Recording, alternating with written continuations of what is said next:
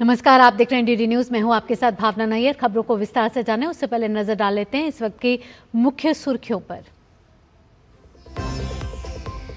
संसद के शीतकालीन सत्र से पहले प्रधानमंत्री नरेंद्र मोदी का संबोधन।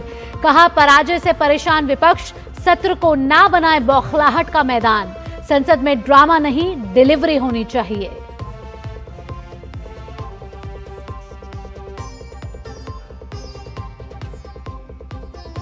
अब से कुछ देर में शुरू होगा संसद का शीतकालीन सत्र। 19 दिसंबर तक चलने वाले सत्र में होंगी 15 बैठकें। दोनों सदनों में पेश किए जाएंगे अहम विधेयक।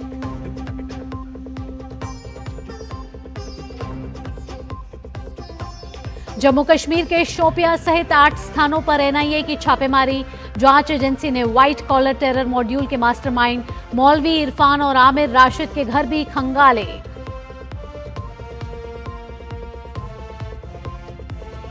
भारतीय शेयर बाजार में रिकॉर्ड तेजी। सेंसेक्स और निफ्टी ने तोड़े सारे रिकॉर्ड।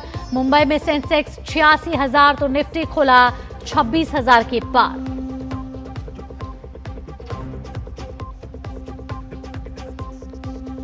और अमेरिकी राष्ट्रपति डोनाल्ड ट्रंप ने रूस के साथ शांति वार्ता को बताया संतोषजनक। कहा, समझौते का यह बेहतरीन मौका।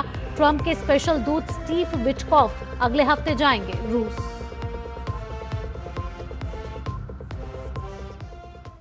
अब खबरें विस्तार से। आज से संसद के शीतकालीन सत्र की शुरुआत हो रही है। 19 दिसंबर तक चलने वाले इस सत्र के दौरान कुल 15 बैठकें होंगी। इस दौरान दोनों सदनों में सरकार की ओर से करीब 10 अहम विधेयक पेश किए जा सकते हैं। इन विधेयकों में परमाणु ऊर्जा, उच्च शिक्षा, कॉरपोरेट नियम और रक्षा बाजार से जुड़े सुधार शामिल हो सकते हैं। सत्र के पहले दिन लोकसभा और राज्यसभा दोनों सदनों के कामकाज को देखें तो लोकसभा में 3 बड़े विधेयक पेश होंगे। वहीं राज्यसभा में जम्मू कश्मीर से नवनिर्वाचित 3 सदस्यों का शपथ ग्रहण होगा। संसद के शीतकालीन सत्र के पहले दिन लोकसभा की कार्यवाही दिवंगत पूर्व सदस्यों को श्रद्धांजलि के साथ शुरू होगी। इसके बाद सरकार महत्वपूर्ण विधायी एजेंडा आगे बढ़ाएगी। मणिपुर जीएसटी द्वितीय संशोधन विधेयक 2025 विचार और पारित करने के लिए सूचीबद्ध किया गया है। ये बिल मणिपुर जीएसटी एक्ट 2017 में बदलाव से जुड़ा हुआ है। लोकसभा में 2 नए बिल पेश किए जाएंगे। पहला विधेयक है केंद्रीय उत्पाद शुल्क संशोधन विधेयक 2025। वहीं विधेयक दूसरा है स्वास्थ्य सुरक्षा से राष्ट्रीय सुरक्षा उपकर विधेयक 2025। इस बिल के जरिए सरकार राष्ट्रीय सुरक्षा और सार्वजनिक स्वास्थ्य पर होने वाले खर्च के लिए अतिरिक्त संसाधन जुटाने का प्रावधान कर रही है। इसके तहत विशेष वस्तुओं के निर्माण में उपयोग होने वाली मशीनों और प्रक्रियाओं पर उपकर लगाया जाएगा। सदन में वित्त वर्ष 2025-26 के पहले अनुपूरक अनुदान मांगों का विवरण भी पेश किया जाएगा। विपक्ष के रुख को देखें तो तमाम मुद्दों पर गतिरोध के आसार नजर आ रहे हैं, जिनमें एसआईआर, नेशनल हेराल्ड केस और नेशनल सॉन्ग वंदे मातरम जैसे मुद्दे सबसे अहम दिख रहे हैं।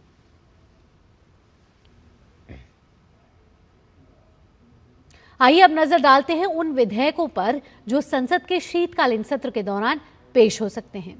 सबसे पहला विधेयक है परमाणु ऊर्जा विधेयक। ये इस अहम बिलों पर फोकस रहेगा इस संसद के शीतकालीन सत्र में।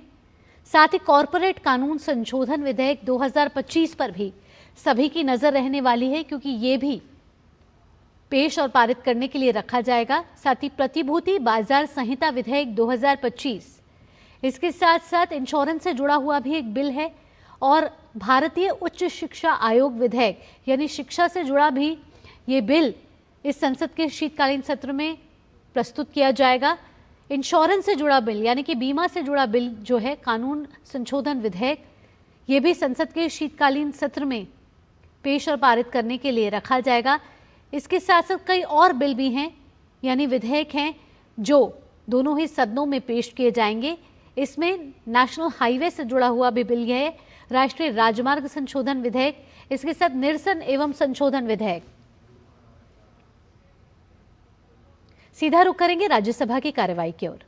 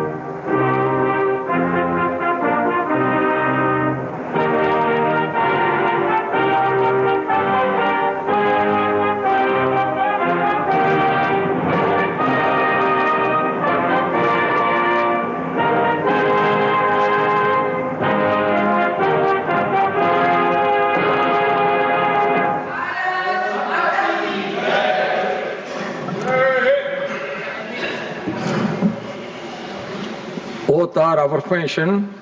Chairman, honorable members, oath or affirmation is a constitutional requirement under Article 99 of the Constitution, and it is a solemn occasion.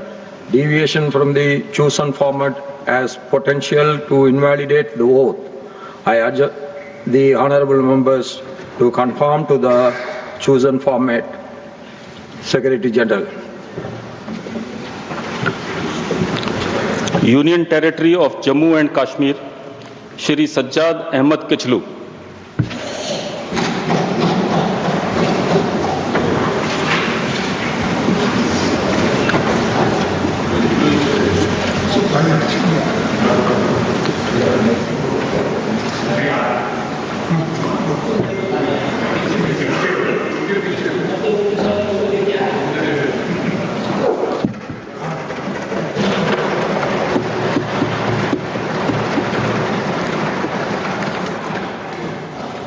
मैं सज्जाद अहमद किचलू, जिसे राज्यसभा का रुकन मुंतखब किया गया है, खुदा के नाम से हलफ उठाता हूँ कि मैं भारत के आईन पर जो कानून के मौजूब तय पाया है एतकाद रखूँगा और इसका वफादार रहूँगा। मैं भारत के इक़्तिदार आला और सालमियत को बरकरार रखूँगा और जिस अहदे के लिए मैं संभालने वाला हूँ इसके फ़राइज़ वफादारी से अंजाम दूँगा।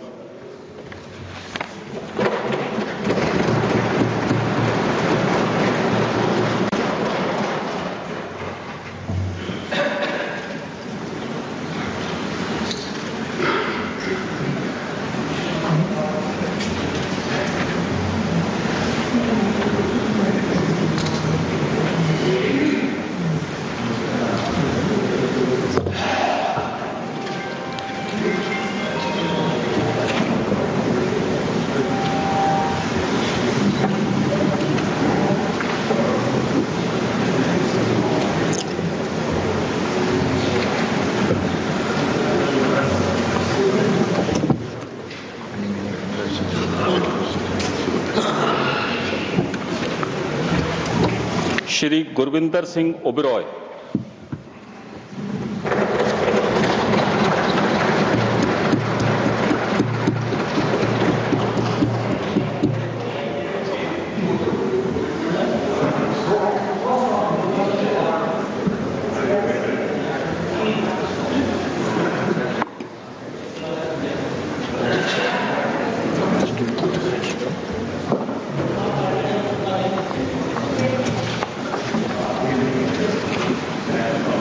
मैं गुरविंदर सिंह ओबरॉय, जो राज्यसभा का सदस्य चुनिया गया हाँ, ईश्वर की सौं चुकता हाँ कि मैं कानून द्वारा स्थापित भारत के संविधान के प्रति सच्ची श्रद्धा और निष्ठा रखांगा, कि मैं भारत की प्रभुता और अखंडता नूं बरकरार रखांगा और जो कर्तव्य मैनू संभालन वाला हाँ उस नूं वफादारी नाल निभावांगा।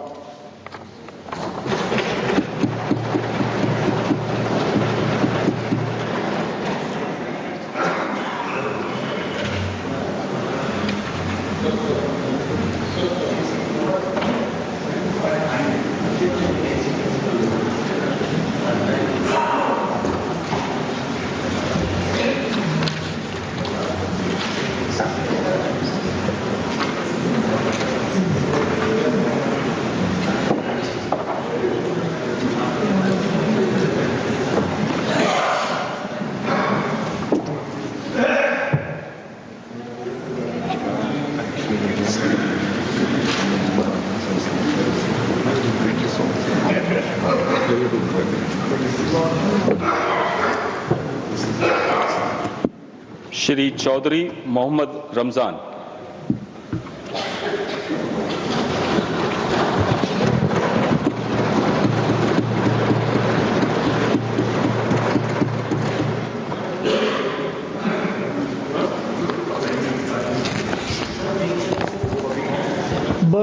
चौधरी मोहम्मद रमज़ान युस राज्यसभा हुंद मेंबर मुंतखब करने आव छुस खुदा वंद ताला सुन नाव हेथ यह कसम करान ज बह थाव भारत किस आईनस पे युस कानूनी किन कायम सपदमुत पोज एतकाद बह रोज अमि आयनुक वफादार बे थाव भारत सरदारी तो सालमियत बरकरार तो बह दिम तम फरज़ ईमानदारी सान अंजाम यम मे सुपर्द सपदन वल छ।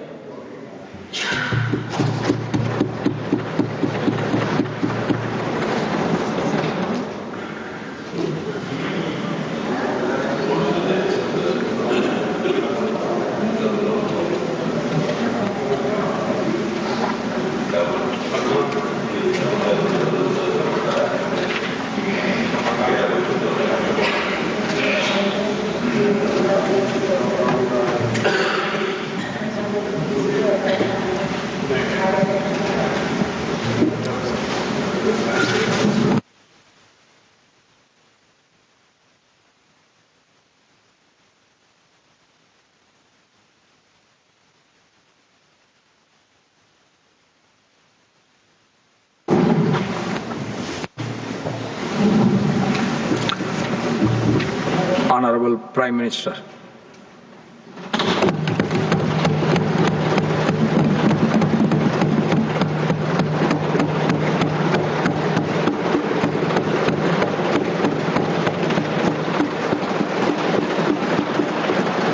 आदरणीय सभापति जी, शीतकालीन सत्र का आरंभ हो रहा है और आज सदन के हम सभी माननीय सदस्यों के लिए ये गर्व की पल है आपका स्वागत करना और आपके मार्गदर्शन में सदन के माध्यम से देश को प्रगति की राह पर ले जाने के लिए महत्वपूर्ण विषयों पर चर्चा, महत्वपूर्ण निर्णय और उसमें आपका अमूल्य मार्गदर्शन एक बहुत बड़ा अवसर हम सबके लिए है। मैं सदन की तरफ से, मेरी तरफ से आपको बहुत बहुत बधाई देता हूं, आपका अभिनंदन करता हूं और आपको शुभकामनाएं देता हूं। और मैं विश्वास भी कर देता हूं कि सभी इस सदन में बैठे हुए माननीय सदस्य ये उच्च सदन की गरिमा को संभालते हुए आपकी गरिमा की भी सदा सर्वदा चिंता करेंगे, मर्यादा रखेंगे, ये मैं आपको विश्वास दिलाता हूं।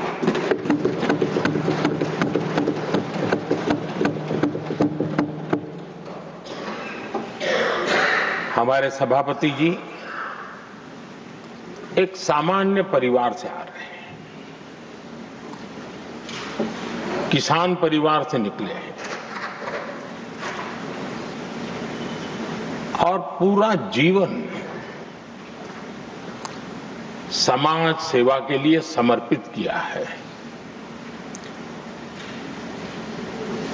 समाज सेवा ये उनकी निरंतरता रही है।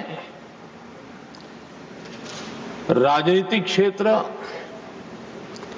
उसका एक पहलू रहा है, लेकिन मुख्य धारा समाज सेवा की रही है। समाज के प्रति समर्पित होकर के जितना कुछ अपने युवा काल से लेकर अब तक वो करते आए हैं, करते रहे हैं, वो हम सभी समाज सेवा के प्रति रुचि रखने वाले लोगों के लिए एक प्रेरणा है, एक मार्गदर्शन है। सामान्य परिवार से, सामान्य समाज से, सामान्य राजनीतिक जहां अलग अलग करवट बदलती रही है, उसके बावजूद भी आपका यहां तक पहुंचना, हम सबका मार्गदर्शन प्राप्त होना, ये भारत के लोकतंत्र की सबसे बड़ी ताकत है।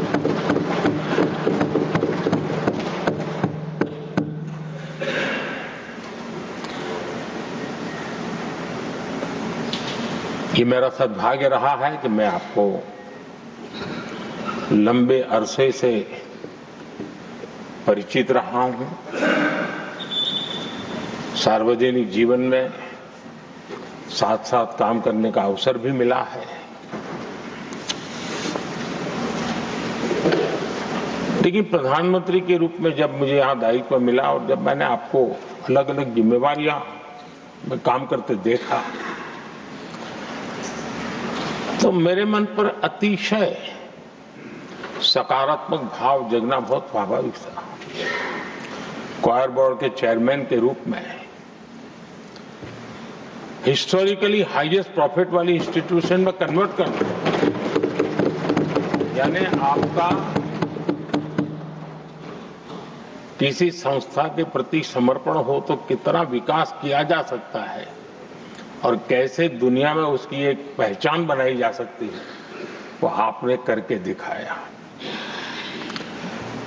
आपको भारत के कई क्षेत्रों बहुत कम लोगों को ऐसा अवसर मिलता है। आप झारखंड में, महाराष्ट्र में, तेलंगाना में, पुडुचेरी में राज्यपाल, लेफ्टिनेंट गवर्नर अलग अलग दायित्व संभालते रहे। और मैं देखता था कि झारखंड में तो आदिजाति समाज के बीच जिस प्रकार से आपने अपना नाता बना दिया था, जिस प्रकार से आप छोटे छोटे गांव तक दौरा करते थे, वहां के मुख्यमंत्री बड़े गर्व के साथ इन बातों का जब भी मिलते थे जिक्र करते थे। और कभी कभी वहां के राजनेताओं के लिए भी चिंता होती थी कि हेलीकॉप्टर हो या न हो, इसकी कोई परवाह किए बिना जो गाड़ी है आप चलते रहते थे। रात को छोटे छोटे स्थान पर रुक जाना, ये जो आपने एक अपना सेवा भाव था, उसको राज्यपाल के पद पर रहते हुए भी जिस प्रकार से आपने उसको एक नई ऊंचाई दी, इससे हम भली भांति परिचित हैं।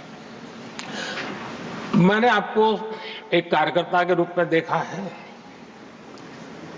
एक सहयोगी के रूप में हम साथ काम किए हैं, सांसद के रूप में देखा है, अलग अलग पदों पर देखते हुए आज यहां पर पहुंचे। लेकिन मैंने एक बात महसूस की है कि आमतौर पर सार्वजनिक जीवन में पद पर पहुंचने के बाद कभी लोग पद का भार अनुभव करते हैं और कभी कभी प्रोटोकॉल में दब जाते हैं। लेकिन मैंने देखा है कि आपको और प्रोटोकॉल का कोई नाता ही नहीं रहा है। आप प्रोटोकॉल के परे रहे। और मैं समझता हूं सार्वजनिक जीवन में प्रोटोकॉल से मुक्त जीवन की एक ताकत होती है और वो ताकत हम हमेशा आप में अनुभव करते रहे हैं और ये हमारे लिए गर्व का विषय है। आदरणीय सभापति जी, आपके व्यक्तित्व में सेवा, समर्पण, संयम, इन सभी बातों से हम भली भांति परिचित हैं। वैसे आपका जन्म तो डॉलर सिटी में हुआ और उसकी एक अपनी पहचान है, लेकिन उसके बावजूद भी आपने अपनी सेवा का क्षेत्र अंत्योदय को चुना। आपने हमेशा एक डॉलर सिटी के भी उस तबके की चिंता की जो दबे कुचले और कुछ वंचित परिवार थे, उनकी चिंता की। आदरणीय सभापति जी, मैं उन दो घटनाओं का जरूर जिक्र करना चाहता हूं जिसको कभी मैंने आपसे, आपके परिवारजनों से भी सुना है और जिसने आपके जीवन पर बड़ा प्रभाव पैदा किया है। बाल्यकाल में अविनाशी मंदिर के तालाब में आपका डूबने की संभावनाओं के बीच की अवस्था आपके लिए हमेशा रहा है कि मैं तो डूब रहा था, किसने बचाया, कैसे बचाया पता नहीं, मैं बच गया। और उस ईश्वर ने कुछ आप पर कृपा की, इस प्रकार का भाव आपके परिवार के लोग हमेशा बताते हैं। और दूसरा जो हम सब बहुत बारीकी से जानते हैं, जब कोयम्बतूर में लाल कृष्ण आडवाणी जी का यात्रा होने वाली थी, उसके कुछ समय पहले एक भयानक बम ब्लास्ट हुआ, शायद 60-70 लोग मारे गए, भयंकर बम ब्लास्ट था। और उस समय आप बाल बाल बच गए थे। इन दोनों में जब आप ईश्वरीय शक्ति का संकेत देखते हुए अपने आप को समाज के प्रति अधिक समर्पित भाव से काम करने की जो आपने वजह के रूप में उसको कन्वर्ट किया, ये अपने आप में एक सकारात्मक सोच से बना हुआ जीवन का प्रतिबिंब है। आदरणीय सभापति जी, जो एक बात मैं जानता नहीं था लेकिन अभी मुझे पता चला, आप शायद अभी उपराष्ट्रपति बनने के बाद काशी गए थे और आपका काशी का दौरा था, तो एक सांसद के नाते स्वाभाविक रूप से मेरा मन वहां सब कुछ ठीक ठाक हो ही रहता है। लेकिन आपने वहां एक बात बताई जो मैंने सुनी, मुझे मेरे लिए नई बात थी। आपने वहां कहा कि आप वैसे तो नॉनवेज के आदी थे, लेकिन जब पहली बार आप काशी गए थे जीवन में और काशी में पूजा वगैरह की, माँ गंगा को अपने आशीर्वाद प्राप्त किया माँ गंगा से, और पता नहीं आपके भीतर एक संकल्प जगा और उस दिन से आपने तय किया कि आप अब नॉनवेज नहीं खाएंगे। अब ये कोई न कोई सात्विक भाव, कोई नॉनवेज खाने वाले बुरे हैं ऐसा मैं नहीं कह रहा हूं, लेकिन आपके मन में काशी की धरती पर विचार आया, तो एक सांसद के नाते मेरे लिए भी एक स्मरण रखने वाली एक घटना के रूप में मैं उसको हमेशा याद रखूंगा। भीतर कोई न कोई आध्यात्मिक भाव जो इस प्रकार की दिशा में ले जाने की प्रेरणा देता है। आदरणीय सभापति जी, छात्र जीवन से आपकी नेतृत्व सामर्थ्य रहा है। आज राष्ट्रीय नेतृत्व की दिशा में आप हम सब का मार्गदर्शन करने के लिए यहाँ विराजमान है, यह हम सब के लिए गर्व का विषय है। आदरणीय सभापति जी, आप लोकतंत्र के रक्षक के रूप में अपनी जवानी में, युवा अवस्था में, जब किसी को भी सरल मार्ग से जाने का मन कर जाता है, आपने वो रास्ता नहीं चुना, आपने संघर्ष का रास्ता चुना। लोकतंत्र पर आए हुए संकट के सामने मुकाबला करने का रास्ता चुना और आपने आपातकाल में एक लोकतंत्र के सिपाही की तरह जिस प्रकार से लड़ाई लड़ी, साधनों की सीमाएं थी, मर्यादाएं थी, लेकिन जज्बा कुछ और ही था। और वह उस क्षेत्र के सभी, उस सब पीढ़ी के नौजवान आज भी इमरजेंसी के खिलाफ की आपकी जो लड़ाई थी, लोकतंत्र के लिए आपका संघर्ष था, उसमें आपने जन जागृति के जो विविध कार्यक्रमों को अपनाया था, लोगों को जिस प्रकार से आप प्रेरित करते थे, वे हमेशा हमेशा के लिए लोकतंत्र प्रेमियों के लिए एक प्रेरणा देने वाली घटना रही। आप एक अच्छे संगठक रहे हैं, मैं भली भांति जानता हूं।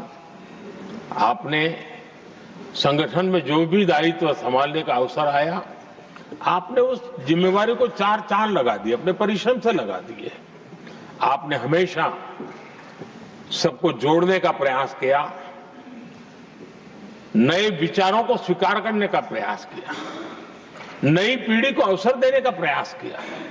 ये हमेशा संगठन में आपके कार्य की विशारत रही।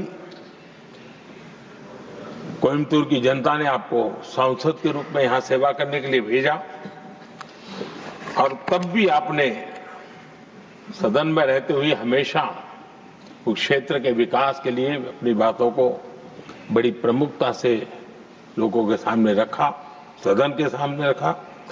ये आपका लंबा अनुभव सदन में सभापति के रूप में और राष्ट्र में उपराष्ट्रपति के रूप में बहुत ही प्रेरक रहेगा, हम सबको मार्गदर्शक रहेगा और मुझे पूरा विश्वास है कि मेरी तरह इस सदन के सभी सदस्य इस गौरवपूर्ण पल को जिम्मेवारियों के साथ आगे बढ़ाएंगे। इसी भावना के साथ मेरी तरफ से, सदन की तरफ से आपको बहुत बहुत शुभकामनाएं देता हूं।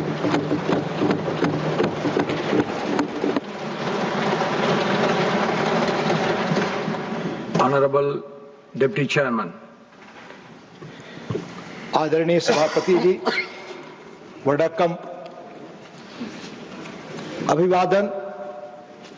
यह सुखद संयोग है कि लगभग 7.5 दशकों बाद डॉक्टर सर्वपल्ली राधाकृष्णन जी, जो तमिलनाडु में जन्मे, देश के सर्वोच्च पंचायत के उच्च सदन के पहले सभापति और देश के पहले उपराष्ट्रपति बने, उन्हीं महान शख्सियत के उत्तराधिकारी के रूप में आज आप उसी महान विरासत और दायित्व को संभाल रहे हैं। आपका नाम भी वही है। कहते हैं आपके जन्म के 1 सप्ताह बाद आदरणीय राधाकृष्णन जी दूसरी बार उपराष्ट्रपति बने थे और उनके नाम पर आपका नाम रखा गया। आपको बहुत बधाई, आपका हार्दिक स्वागत। सभापति जी, आप तमिलनाडु से आते हैं, महान राज्य जिसकी संस्कृति, भाषा, हेरिटेज और कंट्रीब्यूशन पर मुल्क को फक्र है, जहां हजारों वर्ष पहले महान संत तिरुवल्लुवर ने तिरुकुरुल महान ग्रंथ लिखा। कुरुल 571वें में कहा गया, उसका एसेंस है कि किसी समूह को पूरी क्षमता तक पहुंचने के लिए एक ऐसे रहनुमा नेता की आवश्यकता होती है जो सहानुभूति रखता हो, जो दूसरों की जरूरतों और भावनाओं को समझ सके, उनसे जुड़ सके। यह सहानुभूति नेतृत्व एक सकारात्मक माहौल को बढ़ावा देता है, जहां लोग खुद को मूल्यवान समझते हैं और सामान्य लक्ष्यों की दिशा में काम करने के लिए प्रेरित होते हैं। आपके अंदर दूसरों के प्रति सहानुभूति है, सकारात्मक माहौल बनाने की प्रबल इच्छा हमने देखी। आपके जीवन, आपसे हुई मुलाकातें, आपके प्रयास काम के आधार पर और इधर विश्वविद्यालयों, सार्वजनिक संस्थानों, विधायिकाओं में संविधान दिवस के अवसर पर जो कुछ भी आपने कहा, उससे आपके व्यक्तित्व की 4-5 चीजें बड़ी विलक्षण और अलग मुझे लगती हैं। पहला, डायलॉग में यकीन, डिबेट में यकीन, दूसरे के मत को सुनना और सम्मान देना। दूसरा, कन्विक्शन, 16 वर्ष की उम्र में जो ठीक लगा, जो मार्ग आपको, जो आस्था, जो विचार पसंद आया, उस पर आप चले। इसकी परवाह आपने नहीं की कि उस विचारधारा के समर्थक वहां हैं या नहीं। यह आपके बारे में जानते हुए मुझे महान लिंकन के उस पत्र का स्मरण हुआ जो उन्होंने प्राइमरी स्कूल के उस अध्यापक को लिखा था जहां उनका बच्चा पढ़ता था। उसमें अनेक चीजों के साथ उन्होंने कामना और की थी कि मेरे बच्चे को ऐसी शिक्षा मिले, जब भीड़ कोई और चीज महसूस करती हो और वो अकेला हो, अकेले महसूस करे कि मैं ठीक रास्ते पर हूं, तो उस पर चले। आप में यह गुण हमने पाया। कर्म के स्तर पर हमारे समाज की एक खासियत है। हमारे यहाँ हरिऔध सिंह उपाध्याय एक बड़े कवि हुए, उन्होंने कल्पना की हमारे यहाँ कर्मवीर हों। शब्दवीर बहुत मिलते हैं, आलोचना आसान है पर कर्म करना कठिन। आपने त्रिपुर के टेक्सटाइल इंडस्ट्री में बड़ा योगदान दिया। उसके बाद कोयर बोर्ड के अध्यक्ष के रूप में आदरणीय प्रधानमंत्री जी ने कहा, आपने बहुत रचनात्मक और बहुत बेहतर प्रयास किए। साथ ही लोकतंत्र में विधायिका के उसमें आपकी गहरी आस्था हमने देखी। आपसे जो भी मुलाकातें हुई उनके आधार पे कह सकता हूं कि आपका हमेशा एक ही कंसर्न हमने पाया सदन में श्रेष्ठ संवाद कैसे हो। सभी अपना अपना पक्ष या मत रखें पर संसदीय मर्यादाओं के तहत। आपके नेतृत्व रहनुमाई में यह उच्च सदन ऐसा ही आदर्श कायम करेगा, यह मेरा यकीन है। सभापति जी, आप जैसा मैंने उल्लेख किया तमिलनाडु से हैं।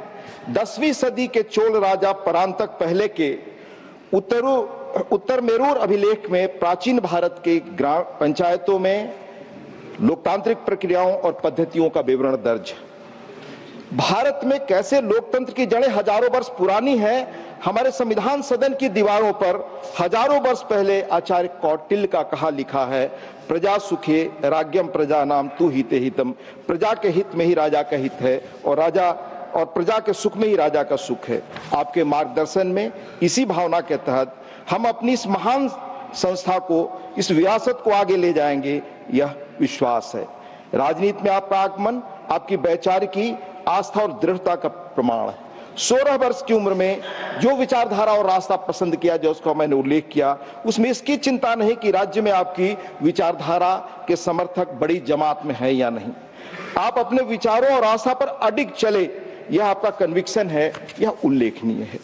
देश, समाज या संस्कृत का उत्कर्ष आपके चिंतन के मूल में हमेशा रहा। तमिलनाडु की राजनीतिक माहौल में आप गुरुदेव रविन्द्रनाथ टैगोर की पुकार एकला चलो रे के राही बने। आपने नदियों को जोड़ने, आतंकवाद, नशाखोरी और छुआछूत के खिलाफ 93 दिनों की 19,000 किलोमीटर लंबी राज्यव्यापी रथ यात्रा की।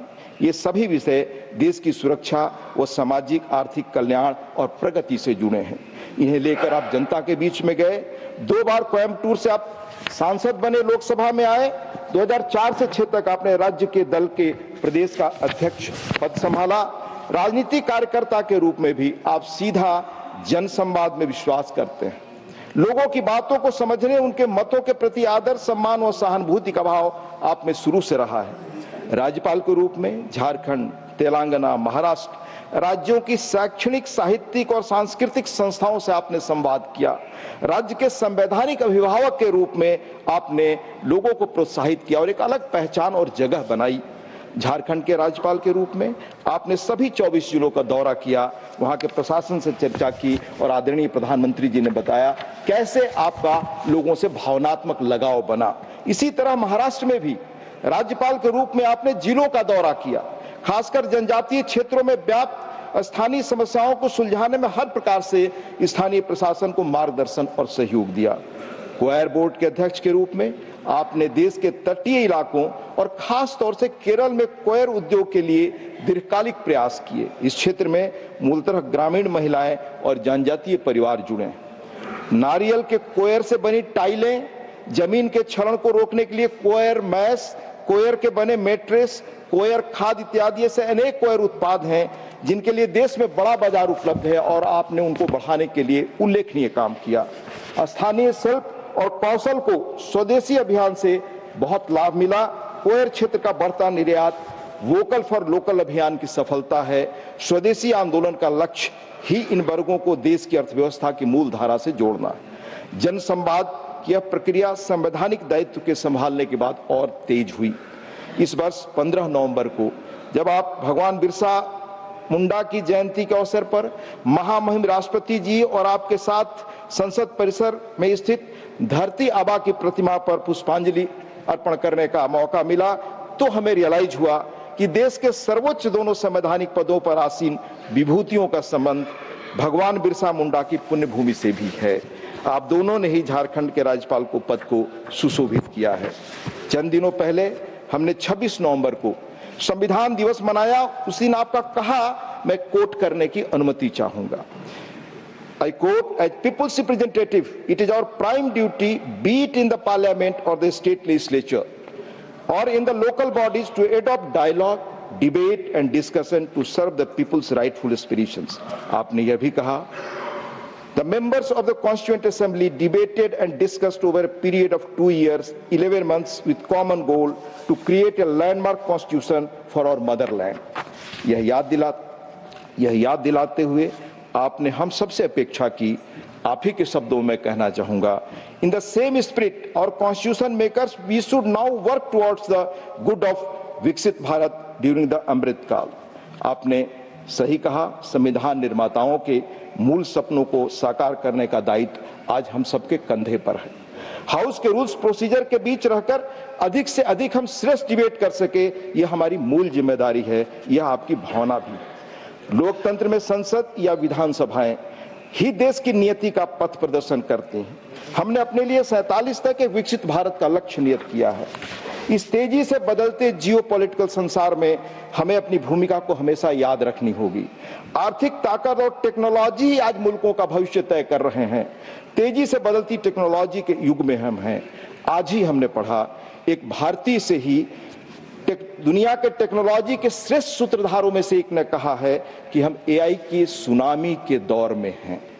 हर टेक्नोलॉजी बदलाव समाज में डिसरप्शन भी लेकर आता है। यह बदलाव तेज होगा और उस वक्त लोग चाहते हैं कि कोई बड़ा बदलाव न हो। जैसे कंप्यूटर आया तो हम सबके लगा कि एक नई चीज आ रही है, उसका विरोध भी हुआ।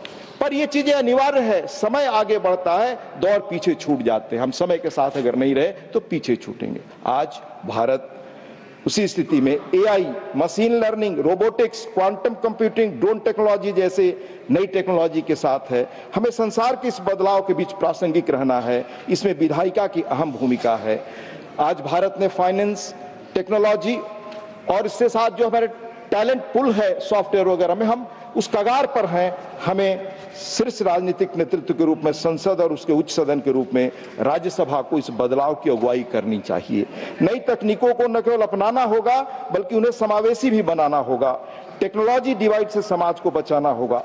आज टेक दिग्गज जीन एडिटिंग में निवेश कर रहे हैं। डिजाइनर बेबी का ट्रेंड शुरू हो रहा है। हमें इन चीजों पर गौर करना होगा। दूसरी ओर बहुत सारे ऐसे कानून हैं। पिछले लगभग हमने एक दशक में 1,500 से अधिक कानूनों को हमने पुराने निरस्त किया है। पर अभी मैंने सुप्रीम कोर्ट का एक पढ़ा कुछ ही दिनों पहले कि 300 साल पुराने कानूनों से हम आज भी कई चीजों में प्रॉपर्टी सेलिंग से लेकर संचालित हैं। हम सब विधायिका को, विधानसभाओं को इन चीजों पर काम करने के लिए बहुत चीजें हैं। हाल में हमने किताब पढ़ी, मैं उल्लेख करना चाहूंगा, breakneck China's quest to engineer the future by Dan Wang. यह दुनिया की दो बड़ी ताकतों के बारे में है, पर दुनिया के हर देश और हर नागरिक के लिए संदेश से भरा। हमारे लिए भी विचारकों का एक वर्ग कहता है कि एक बड़े देश के लिए लिखा खत है वहां के नीति निर्माताओं से लेकर नागरिकों के लिए। उसमें एक प्रसंग है। प्रसंग यह है कि कैसे और किस कार्य पद्धति से कोई मुल्क बड़ा बनता है। एक बड़ी परियोजना के बारे में 2008 में कैलिफोर्निया के वोटर्स ने high speed rail link San Francisco और लॉस एंजल्स के बीच अप्रूव किया। ठीक इसी समय बीजिंग संघाई के बीच high speed rail link line construction शुरू हुआ। रफली दोनों के बीच डिस्टेंस बराबर, लगभग 800 माइल, 1300 किलोमीटर। इस देश ने 2008 में शुरू कर 2011 में पूरा कर लिया। खर्च $36 बिलियन आया। पहले एक दशक में 1.35 बिलियन यात्रियों ने इसमें यात्रा कर ली, पर दूसरे देश में कैलिफोर्निया में यह प्रोजेक्ट पूरा नहीं हो पाया। लेटेस्ट कॉस्ट एस्टिमेट है $128 बिलियन। कयास है कि इसका फर्स्ट सेगमेंट 2030-33 के बीच शुरू हो सकता है। लेखक का निष्कर्ष है कि ये दोनों स्टार्क कॉन्ट्रास्ट है। एक एटीट्यूड हम कैसे बदलें, इस तरह से हम लोकतांत्रिक संस्थाओं को, जड़ों को और मजबूत कैसे कर सकते हैं। इस बदलते संसार में हमें वजूद अपने मजबूत करने के लिए समर्थ होना है। हमें सभी दलों की आम सहमति, संसद और विधायिका की इसमें बड़ी भूमिका है। तेजी से बदलती तकनीक के दौर में खुद हम सब राज्यसभा के कामकाज में तकनीक अपना रहे हैं। एक महत्वपूर्ण क्षेत्र जिसमें टेक्नोलॉजी का प्रयोग हो सकता है तेजी से, वो है इंटरप्रिटेशन। हमारे सभी सदस्य अपनी भाषाओं में प्रखर वक्ता हैं। भारत की हर भाषा समृद्ध है। पिछले कुछ सत्रों में सदस्यों द्वारा अपनी मातृभाषा में बोलने का चलन बढ़ा है। तमिल, तेलुगु, कन्नड़, मलयालम के अलावा बांग्ला, असमिया, उड़िया, पंजाबी आदि में भी सदस्यों ने भाषण दिए। भारत सरकार ने भारतीय भाषाओं के परस्पर अनुवाद के लिए भाषणी ऐप तैयार किया है। सदन के कामकाज में इस ऐप का प्रयोग किया जा सकता है। इस ऐप का शब्दकोश भी धीरे धीरे और विस्तृत होगा। भाषा का प्रश्न जो हम 75 वर्षों में नहीं सुलझा सके, टेक्नोलॉजी के मदद से आज हम सुलझाने के कगार पर हैं। इसी प्रकार अन्य क्षेत्रों में भी हम तकनीक का प्रयोग और बढ़ा सकते हैं। आदरणीय सभापति जी, राज्यसभा की शायद पहली बैठक में ही सदस्यों को संबोधित करते हुए डॉक्टर राधाकृष्णन ने उम्मीद जताई थी कि यह सदन संविधान में दी गई अपनी भूमिका को जस्टिफाई करेगा, जल्दबाजी में आए विधेयकों पर निष्क्रिय होकर विचार करेगा। उन्होंने कहा था, we should try to do everything in our power to justify to the public of this country that a second chamber is essential to prevent hasty legislation. We should discuss with dispassion and detachment proposals put before us. लेकिन इसका अर्थ विधायी बिलों को रोकना या लटकाना नहीं था। यह बात ड्राफ्टिंग कमेटी के सदस्य श्री गोपाल स्वामी अयंगर ने संविधान सभा में स्पष्ट कर दी थी। And I quote, I think on the whole the balance of consideration is in favor of having such a chamber, that is second chamber, and taking case to see that it does not prove a clog either to legislation or administration. यह खुला सार्वजनिक सच है कि हाल के दिनों में सदन में व्यवधान बढ़े हैं, उत्पादकता घटी है। इस स्थिति को सुधारना आपके मार्गदर्शन में मिलकर हम सबका दायित्व है। हम सभी साथी हैं जो भी यहाँ हैं, सहयोगी हैं। विचारधाराओं में भिन्नता तो लोकतंत्र की शक्ति है, व्यवधान पैदा करके उसे सदन की कमजोरी हम क्यों बनाएं। आपके मार्गदर्शन नेतृत्व में हम मिलकर ऐसे व्यवधानों को दूर करेंगे और तेजी से बदलती आज की दुनिया में सार्थक भूमिका निभाएंगे, यही हमारी कामना है। आपके नेतृत्व में हम सबके लिए चुनौती है कि कैसे संसदीय व्यवस्था का पुराना गौरव पुनः साकार हो, जीवंत हो। अगर हमने नहीं किया तो इसकी बड़ी कीमत होगी। अपनी बात खत्म करता हूं। ऋषि तुल्य प्रख्यात और मुखर सांसद शायद 8 या 9 बार रहे स्वर्गीय हिरेन मुखर्जी जी ने कहा था, if parliament did not pride its dignity, its powers also will be imperilled. अगर संसद ने अपनी गरिमा, अपने महत्व की रक्षा नहीं की तो इसके अधिकार भी खतरे में होंगे। आपके अच्छे स्वास्थ्य की कामना के साथ सुखद भविष्य के लिए बहुत शुभकामनाएं, और हम उम्मीद करते हैं कि हम मिलकर एक नई राह, नई पहचान बनाएं। बहुत बहुत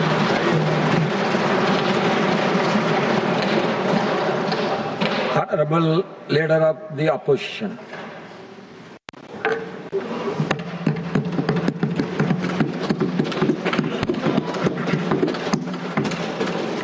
Honorable Chairman, I rise today to extend heartiest felicitation on my own behalf and on behalf of all the opposition members on your assuming the august office of Chairman Rajya Sabha.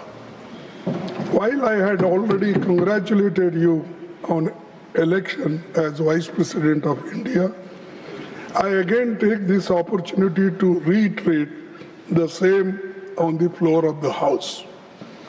At the threshold, I wish to re-emphasize the critical importance of the office of the Chairman, Rajya Sabha, which the Constituent Assembly had intended. Chairman, sir, on your rest the heavy responsibility, smooth conduct of the proceedings of the August Council of States, which goes a long way in maintaining the dignity and pivotal relevance of the House. In this context, I consider it apt to quote the following sage words of Dr. Sarvepalli Radhakrishnan, which in a different way our Deputy Chairman has spoken, but this is a relevant portion I am reading from Radhakrishnan's speech. So the first Vice President and Chairman of Rajya Sabha, during his acceptance speech on 16th May 1952, I belong to no party. Why I am saying? Because many people claimed that you belong to their party. संसद के शीतकालीन सत्र की शुरुआत हो चुकी है। लोकसभा और राज्यसभा की कार्यवाही शुरू हो चुके हैं। आप देख रहे थे ये राज्यसभा से सीधा प्रसारण, जहां राज्यसभा के सभापति सीपी राधाकृष्णन का पीठासीन के तौर पर आज उनका पहला दिन है, जहां प्रधानमंत्री नरेंद्र मोदी भी राज्यसभा में मौजूद रहे और उन्होंने राज्यसभा के सभापति सीपी राधाकृष्णन को शुभकामनाएं दी, उनका अभिनंदन किया और साथ ही साथ उन्होंने कहा कि सीपी राधाकृष्णन का जो जीवन रहा है बेहद ही साधारण रहा है। उन्होंने अपना पूरा जीवन जनसेवा को समर्पित किया है, जिसमें राजनीति एक पहलू है। उन्होंने कहा कि वे उनके व्यक्तित्व से परिचित हैं और साथ ही साथ सीपी राधाकृष्णन जिस तरीके से काम करते हैं वे पूरी तरह से जनसेवा के लिए समर्पित रहता है। इसके साथ साथ राज्यसभा के उपसभापति हरिवंश ने भी राज्यसभा के सभापति सीपी राधाकृष्णन को बधाई दी, उनको शुभकामनाएं दी। इसके साथ नेता प्रतिपक्ष राज्यसभा मल्लिकार्जुन खड़गे ने भी सीपी राधाकृष्णन को अपनी शुभकामनाएं दी हैं। ऐसे में संसद के शीतकालीन सत्र का आगाज हो चुका है और आपको बता दें, जहां लोकसभा की कार्यवाही शुरू हुई और शुरू होते ही विपक्ष के हंगामे के कारण बाधित भी हो गई। विपक्ष के हंगामे के कारण निचले सदन की कार्यवाही दोपहर 12 बजे तक के लिए स्थगित हो गई है। तो 11 बजे दोनों सदनों की कार्यवाही शुरू हुई है, लेकिन लोकसभा की कार्यवाही विपक्ष के हंगामे के बीच बाधित रही और 12 बजे तक के लिए स्थगित करना पड़ा। इस वक्त की बड़ी खबर पर भी नजर डाल लेते हैं। दिल्ली ब्लास्ट मामले से जुड़ी एक खबर है, जहां एनआईए की बड़ी कार्रवाई हुई है। एनआईए ने एक्शन लिया है और एनआईए के छापे यहां पड़ रहे हैं। जम्मू कश्मीर पुलिस और एटीएस इस समय हरकत में है। लखनऊ में शाहीन के घर पहुंची हैं जांच एजेंसियां। आपको बता दें कि शाहीन का इस दिल्ली ब्लास्ट मामले से एक बड़ा ताल्लुक माना जा रहा है। दिल्ली ब्लास्ट के तार शाहीन से सीधे जुड़े हुए हैं। एनआईए साजिशकर्ताओं का लगा रही है एक एक करके पता, यानी कि डॉट्स को कनेक्ट किया जा रहा है और ब्रेन वॉश करने वाले अब हो जाएंगे बेनकाब, क्योंकि जांच एजेंसियां यहां सतर्क नजर आ रही हैं, एक्शन मोड पे नजर आ रही हैं और एक के बाद एक सफलता भी यहां मिलती हुई नजर आ रही है। तथ्य एकत्रित करने के लिए शाहीन के घर पर दबिश हुई है। शाहीन और उनके भाई डॉक्टर परवेज के घर छापेमारी चल रही है। आपको बता दें, एनआईए लगातार अलग अलग जगहों पर छापेमारी कर रही है। जम्मू कश्मीर से लेकर दिल्ली तक यहाँ कई जगहों पर छापेमारी चल रही है और दिल्ली कार ब्लास्ट से जुड़े जो तार हैं उनको जोड़ा जा रहा है और एक के बाद एक लीड यहाँ एनआईए को मिलती हुई नजर आ रही है, जहाँ जम्मू कश्मीर और एटीएस साथ मिलकर यहाँ काम करते हुए नजर आ रहे हैं और जांच एजेंसियों को यहाँ एक बड़े सुराग यहाँ मिलते हुए। ये तस्वीरें आप देख रहे हैं जहाँ अलग अलग लोकेशंस पर इस समय एनआईए की छापेमारी पड़ रही है। लखनऊ में शाहीन के घर इस समय जांच एजेंसियां पहुंची हैं, लगातार सर्च ऑपरेशन चल रहा है और दिल्ली कार ब्लास्ट के तार शाहीन से सीधे जुड़े हुए हैं। ऐसे में एनआईए अलग अलग लोकेशन पर जाकर सर्च ऑपरेशन कर रही है। कई दस्तावेज भी यहां से उन्हें बरामद मिले हुए हैं, कई और ऐसे सुराग मिले हैं जो दिल्ली कार ब्लास्ट से जुड़े हुए हो सकते हैं। ऐसे में तथ्य फैक्ट्स एकत्रित करने के लिए शाहीन के घर, जो कि लखनऊ में है, वहां दबिश चल रही है। इसके साथ आपको बता दें कि राष्ट्रीय जांच एजेंसी यानी कि एनआईए ने दिल्ली कार ब्लास्ट मामले से जुड़े सुरागों पर दक्षिण कश्मीर के 8 जगहों पर एक साथ छापेमारी की है। जांच के तहत एनआईए टीम ने शोपियां में मौलवी इरफान के घर छापा मारा है, जिसे व्हाइट कॉलर टेरर मॉड्यूल का मास्टरमाइंड माना जा रहा है। एक और छापा जासिर बिलाल के घर कुलगाम के काजी गुंड में मारा गया। इसके अलावा पुलवामा जिले के कोइल, चंदगाम, मलंगपोरा और संबूरा गांव में भी एनआईए की टीमें तलाशी अभियान चला रही हैं। संबूरा के आमिर राशिद के घर पर भी एनआईए की छापेमारी चल रही है, जिसे दिल्ली में गिरफ्तार किया गया था। अधिकारियों के अनुसार इन छापों का मकसद ऐसे नेटवर्क को तोड़ना है जो गुप्त तरीकों और फंडिंग के जरिए आतंक गतिविधियों का समर्थन करते हैं। तलाशी के दौरान डिजिटल उपकरण, दस्तावेज और अन्य सामान बरामद हुए हैं, जबकि कुछ लोगों से मौके पर पूछताछ चल रही है। एनआईए इस मामले की जांच कर रही है ताकि ब्लास्ट और व्यापक टेरर फंडिंग नेटवर्क से जुड़े और लिंक सामने आए। यहां बुलेटिन में वक्त हो चला एक छोटे से ब्रेक का, जल्द हाजिर होते हैं। तेरा ये बिजनेस एक मास्टर स्ट्रोक है यार, है ना? पर मुझे लोन कौन देगा यार? ओह गॉड, सचिन क्यों देगा मुझे लोन? अरे मैं नहीं, बैंक ऑफ बड़ौदा देगा तुम्हें एमएसएमई बॉब डिजी उद्यम के साथ 100% digital process, approval in minutes. Bank of Baroda से एमएसएमई लोन लेना भी मास्टर स्ट्रोक है। जब धरती चीर कर निकलता है लोहे का पत्थर और मिलता है मोंगिया के जोश से, फिर तपता है, पिघलता है और बनता है फौलाद। अब होता है सरिया सारी खूबियों के साथ।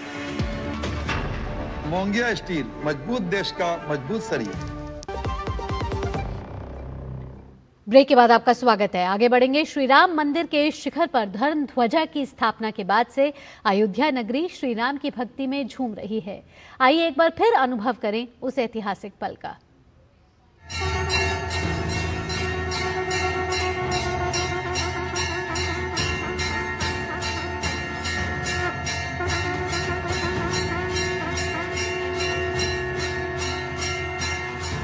अयोध्या नगरी आज एक बार फिर इतिहास के स्वर्णिम अध्याय की साक्षी बनी। श्री राम जन्मभूमि मंदिर में भगवा ध्वजारोहण विधि विधान से संपन्न हुआ। शंखनाद, मंत्रोच्चार और जय श्री राम के साथ भक्ति और उत्साह से गूंजती पूरी अयोध्या।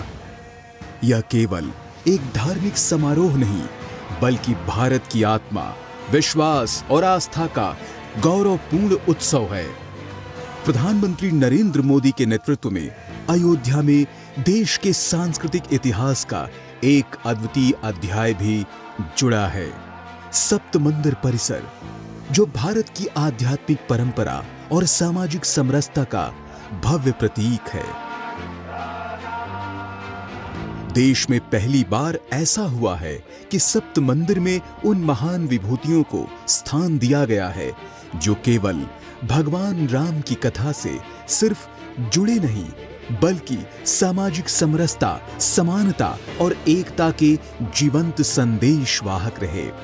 यही समावेशी सोच ही राम राज्य की असली आत्मा है और यही समावेशी नीति आज प्रधानमंत्री मोदी के प्रयासों का भी मूल मंत्र है।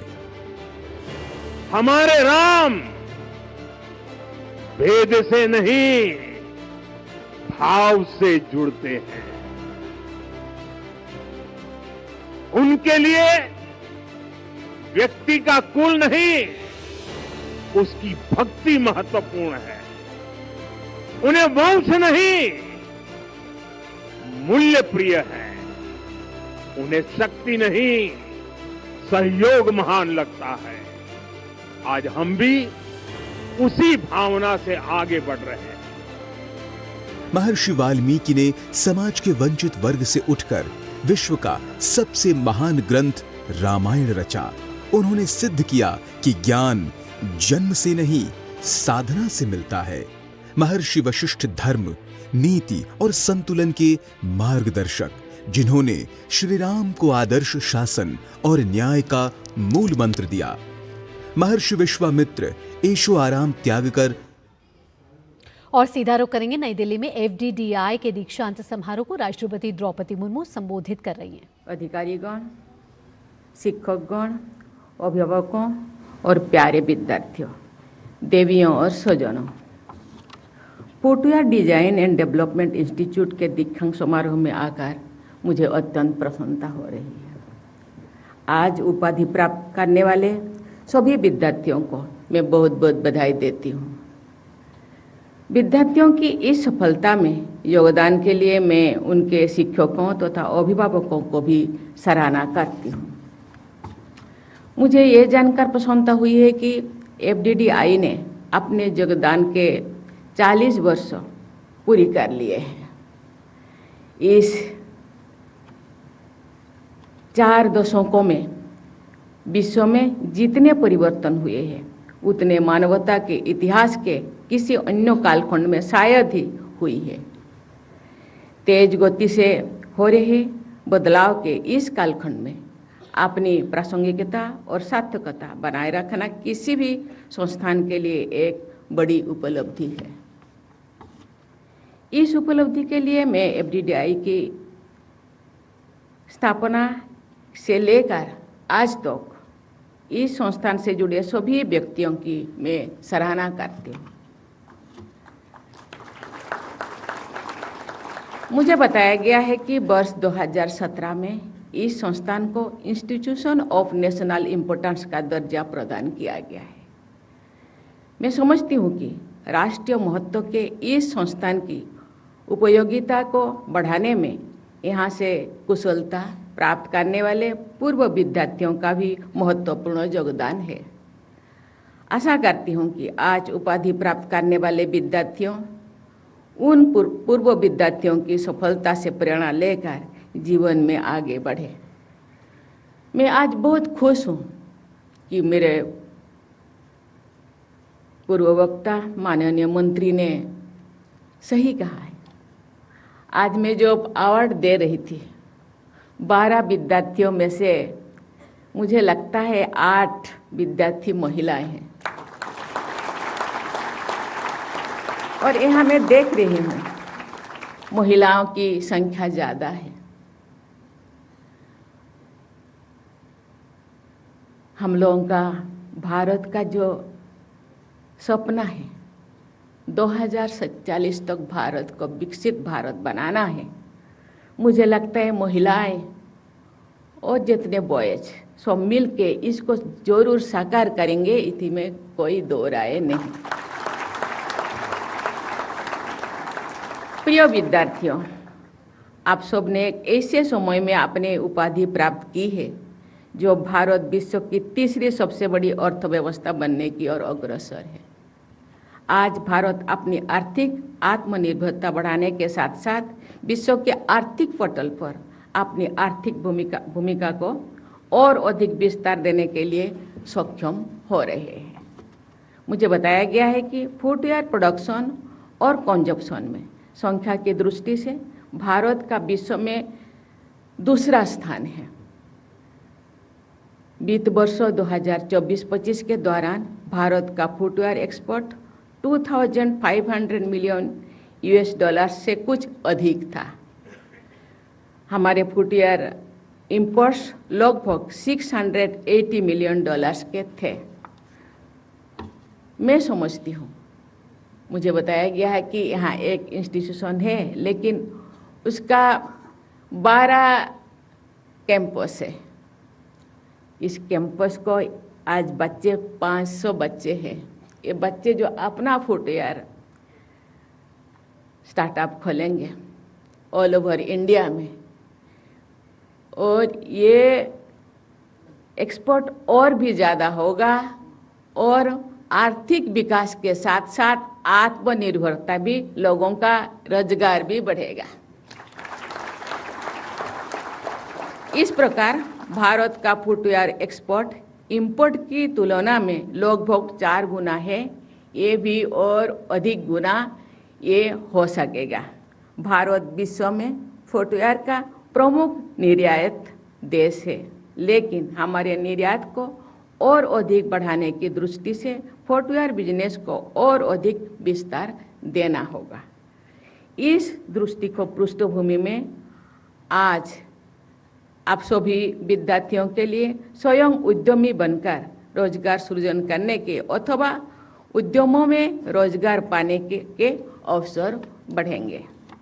मुझे बताया गया है कि भारत का पारंपरिक लेदर फुटवेयर के क्षेत्र में प्रमुख स्थान है, परंतु तेजी से बढ़ने वाले स्पोर्ट्स और नॉन लेदर फुटवेयर के क्षेत्र में प्रगति की काफ़ी संभावना है।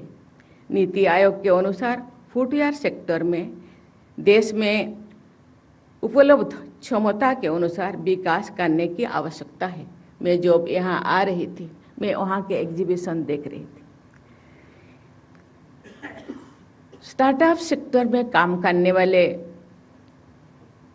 विद्यार्थी इतने अच्छे अच्छे डिजाइन का ये फुटवेयर बनाते हैं।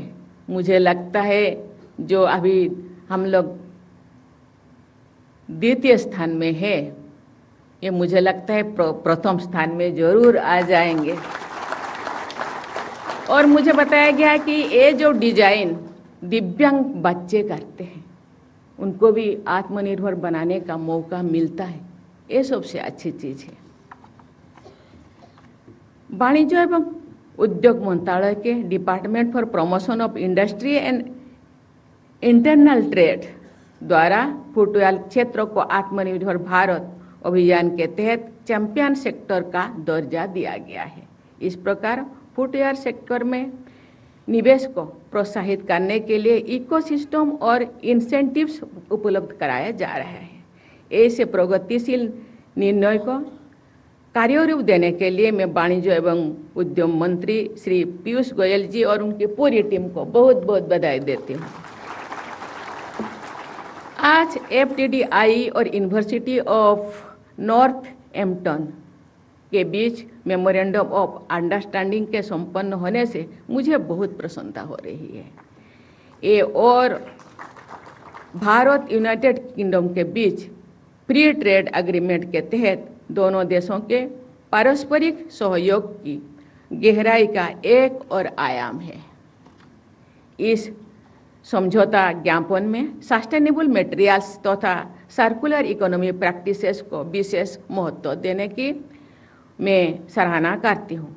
ऐसे प्रयास पर्यावरण संरक्षण के प्रति दोनों देशों की प्रतिबद्धता को व्यक्त करते हैं। प्रिय विद्यार्थियों, भावना और परंपरा के से जुड़ा एक उल्लेख फुटवेयर इंडस्ट्री से जुड़े लोगों के लिए विशेष प्रासंगिक है। हमारी परंपरा में फुटवेयर को उच्चतम स्थान दिया गया है। प्रभु श्री राम के 14 वर्षों के वनवास के दौरान उनकी चरण पादुका को राज सिंहासन पर सुशोभित रखा गया है। ऐसे प्रतीक बहुत प्रासंगिक होते हैं। फुटवेयर डिजाइन आप सबका कार्य क्षेत्र होगा। आप सबके इस कार्य क्षेत्र के अनेक महत्वपूर्ण आयाम हैं। आप सब इस व्यापक सोच के साथ अपने कार्य क्षेत्रों में आगे बढ़ें कि आप सब अपने कार्य से समाज और देश को बहुआयामी योगदान देंगे। इस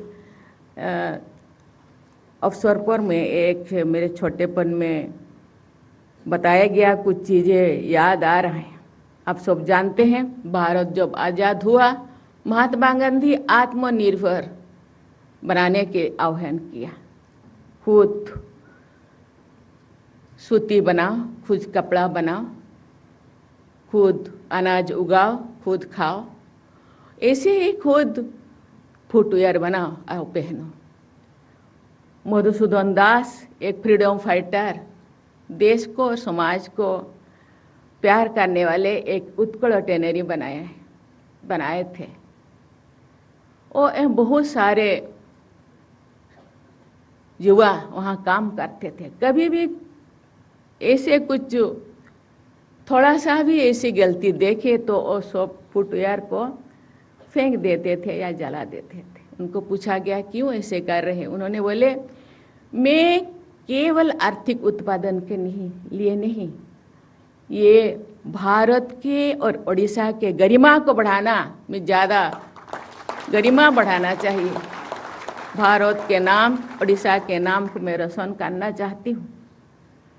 मुझे लगता है क्योंकि आर्थिक उपार्जन के साथ साथ आत्मनिर्भर के साथ साथ भारत के गरिमा को बढ़ाना भी बहुत ज़रूरी है। आप सब फुटवेयर डिजाइन के माध्यम से उन्हें पहनने वाले लोगों के स्वास्थ्य और कार्य क्षमता को बेहतर बनाएंगे। आप सब अपने कार्यों से लोगों के लिए रोजगार पैदा करेंगे। आप अपने कार्यों से ऐसे लोगों को आर्थिक विकास में भागीदारी बनाएंगे जो देश और समाज की विकास यात्रा में अपेक्षाकृत पीछे रह गए हैं। आप अपने देशों में भारत के निर्यात को योगदान देकर हमारी अर्थव्यवस्था को मजबूत बनाएंगे। अपने गुणवत्ता युक्त उत्पादों के बल पर विश्व बाजार में भारत के ब्रांड एम्बेसडर्स बनेंगे। आपका ये प्रयास आत्मनिर्भर भारत के राष्ट्रीय लक्ष्यों को प्राप्त करने में महत्वपूर्ण योगदान देंगे। प्रिय विद्यार्थियों, निष्ठा और नैतिकता के जीवन मूल्य प्रत्येक कार्य क्षेत्र में व्यक्ति को विशेष प्रतिष्ठा प्रदान करते हैं। मैं आशा करती हूँ कि आप अच्छे संस्कारों और जीवन मूल्यों का विश्व स्तरीय कौशल के साथ समन्वय करेंगे। आपकी पीढ़ी अमृतकाल के दौरान विकसित भारत का निर्माण करने में प्रमुख भूमिका निभाएंगे। मुझे विश्वास है कि आप सभी विद्यार्थी अपनी प्रगति, समाज की प्रगति और देश की प्रगति पर दृष्टि केंद्रित रखते हुए जीवन में निरंतर आगे बढ़ते रहेंगे। मैं आप सबकी स्वर्णिम भविष्य की हृदय से आशीर्वाद देती हूँ। धन्यवाद। जय हिंद, जय भारत। इसी के साथ इस बुलेटिन में इतना ही। देश और दुनिया की बाकी खबरों के लिए जुड़े रहिए डीडी न्यूज के साथ। दीजिए अनुमति, नमस्कार।